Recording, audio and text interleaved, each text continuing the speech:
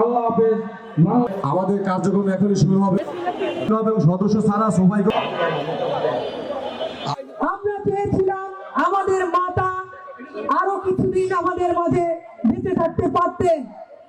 আমাদের মা, আমাদের দেশনেত্রী বেগম খালেদা জিয়া, যিনি এই বাংলাদেশের মানুষের জন্য চিরদিন যুদ্ধ করে গিয়েছেন, তিনি কোনোদিন সুখ শান্তির কথা মনেও স্থান দেননি।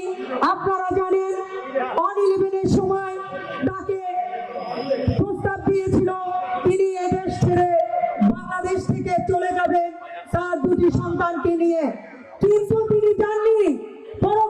ফলশ্রুতিতে তিনি জেল খেটেছেন, তাকে জেলের ভিতর ওই হায়নারা পুরে রেখেছিলেন, আপনারা জানেন।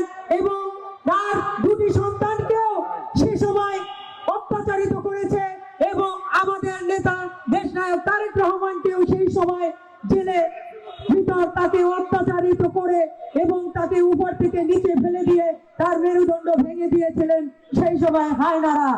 আল্লাহ মরহুমা খালেদা জিয়া দুনিয়া থেকে বিদায় নিয়ে অন্ধকার কবরে শায়িত আল্লাহ।